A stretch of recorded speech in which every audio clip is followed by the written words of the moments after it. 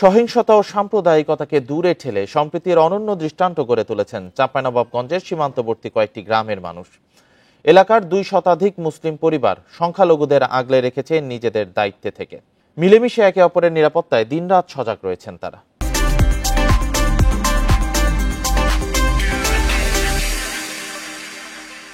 চাঁপাইনবাবগঞ্জের সীমান্ত ঘেঁষা গ্রাম পিরোজপুর।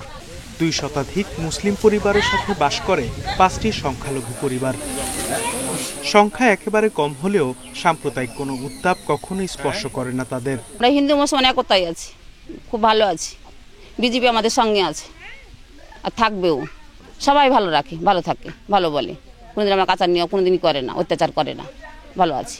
ভালো চলি আমরা, আমাদের মতন ভালো কেউ নাই মনে হয়। আমরা খুব ভালো আছি জায়গাতে।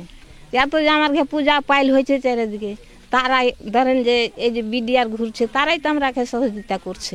নিজের ভাই বোনের মতন চলাফেরা দেখে, লক্ষ্য করে, কোনো ভালো মন্দ কিছু আপদ বিপদ হয় না, কোনো কিছু হলে ঝাঁপতে পড়ে দেখে, সবই দেখে আমরাকে। বিভিন্ন সময় কিছু এলাকায় সাম্প্রদায়িক হামলার অভিযোগ উঠলেও একেবারেই নিশ্চিন্ত এই গ্রামের সংখ্যালঘুরা। বর্ডার এলাকায় আমরা ভালোই আছি, বিজেপি আমাদের তৎপরতায় আছে, সহযোগিতায় আছে। আর হিন্দু মুসলিম আমাদের এখানের ভিতরে কোনো ভেদাভেদ নাই। সাম্প্রতিক পরিস্থিতিতে সীমান্ত এলাকায় নিরাপত্তা জোরদারের পাশাপাশি অস্থিতিশীল পরিবেশ সৃষ্টিকারীদের কঠোরভাবে দমনের কথা জানিয়েছে বিজিবি।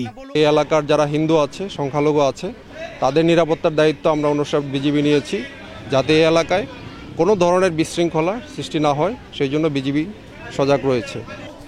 সীমান্তবর্তী ছোট্ট এই গ্রামের মতো সম্প্রীতির বন্ধন ছড়িয়ে পড়ুক সারা দেশে, গড়ে উঠুক অসাম্প্রদায়িক বাংলাদেশ, এমনটি চাওয়া স্থানীয়দের। Independent news.